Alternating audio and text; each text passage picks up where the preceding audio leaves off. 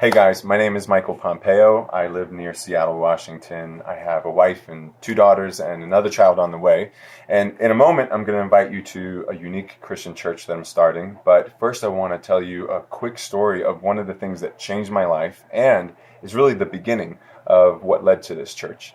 So, about 10 or 12 years ago, I was living in Northern Ireland doing full-time Christian missions work with 30 to 40 people. And one day we all decided that we wanted to have a 2-hour prayer meeting together a week from that point. And we asked my friend C to facilitate it for us because she was passionate about prayer and happy to do that kind of thing. So leading up to that day, there were some people talking about the meeting and asking questions. Like one person said, I've never prayed I've never prayed for 2 hours straight before. Like, how do you come up with enough things to pray and talk about, for 2 hours like that? And another person said, I've never prayed in front of others before. Like, it's always been me and God. And so are we going to all be expected to, pray out loud in front of each other? That kind of thing. And then the day before the meeting, C asks all of us that if we're willing to show up on an empty stomach to the prayer meeting and not have breakfast that morning. And again, everyone was like, interesting and talking about that. So the day comes, we all walk into the conference room, and I can see that C has transformed the whole room into stations along the wall of the room. And she gathers us all together and says to us, okay, guys, today we're going to be praying for the impoverished people in Uganda. But first I'm going to take 5 minutes and share with you some key principles of biblical prayer. And then I might take another 5 minutes and share with you some important facts that I've come to learn about Uganda that were mind-blowing to me, and I think most people don't know it because I didn't. And she shared those two things with us and then paired us all up and said, okay, spread out and feel free to use the stations that you see here. And, there's instructions at each one. Just let God use what's at the station there to connect you to the people or connect you to the needs there or his heart for them, and just see what happens. So we all start praying, and me and my partner walk up to a station, and what's sitting there is a big bowl of rice, just bland white rice. And the instructions were to just have one spoonful. And, just get connected to how much hunger you still have, how much more rice you wish you could eat. And imagine that you worked 14 hours the day before, and one spoonful each was all you could come up with for yourself and your family, right? And taste the blandness of it. And imagine that this is your life. This is the future you have to look forward to, and get connected to that. And, some of the other stations had to do with other physical needs, like going outside and laying on a cardboard box, and imagine trying to get to sleep, right? But then some of the other stations had to do with other needs in Uganda, like social injustice and things like that. So we're all moving around the stations and praying, and about 20 minutes, 30 minutes in, like something hits us, and like a deep passion and like a heavy brokenness. Like I see people start to weep and bawl, and some people were like shouting their prayers all of a sudden, and then like I saw a few people just drop to their knees and just silently like pleading to God. You could see it on their faces. They were just pleading to him. And so we were just all so touched and moved.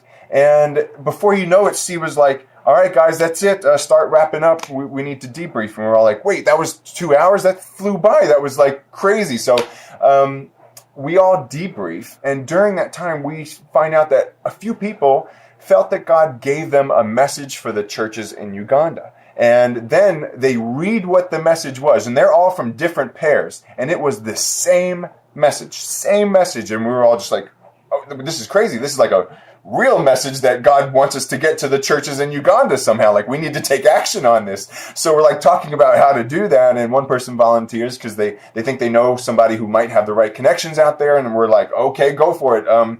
Make that happen. Keep us up to date. And we dismiss. And there's such a buzz in the air. Like we talk about that meeting for days because some of those same people were like, oh my gosh, that was awesome. Like, I love prayer. Like, I want to learn more about it, and I think I'm supposed to be praying more. And some other people were like, I really heard God, like for the first time in my life. Like, I really think I heard God. That's crazy. I never thought I could, and all this stuff. And I walked out of there just going, like, this was amazing. Like, we're all really impacted by it. Like, some people's relationship to God was just transformed, or their relationship to prayer was transformed. And I just noticed that for C, even, her relationship to herself as a leader was transformed because, she wasn't a trained minister or someone like that, but she was just someone who was given the chance to lead from a passion of hers and share something with us that we didn't know or see. And And it caused such huge impact. And so I just was wondering, like, why couldn't this happen more? Like, more in the churches. Like, we were just a bunch of Christians gathered together. Like, why couldn't this happen in church? Like, Sunday morning,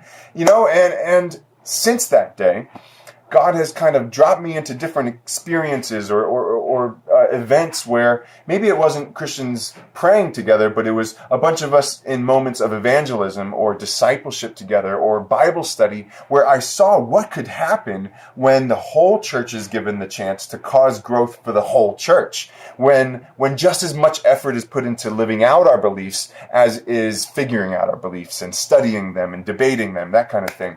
And in 2014, God gave me a specific vision for a community and a model of church service that's highly interactive and collaborative and makes the application of your beliefs top priority.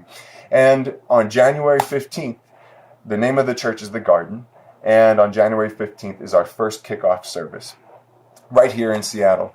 So I'm inviting you to come check us out. Or if you know someone in the Seattle area that you think just would love this and they have to know about it, then I'm asking you to take action on that right now. Tag them or send it to them in a message, because if you're anything like me, you're going to be distracted with something else in just a moment anyway, right? So take action on that and come check us out on the 15th.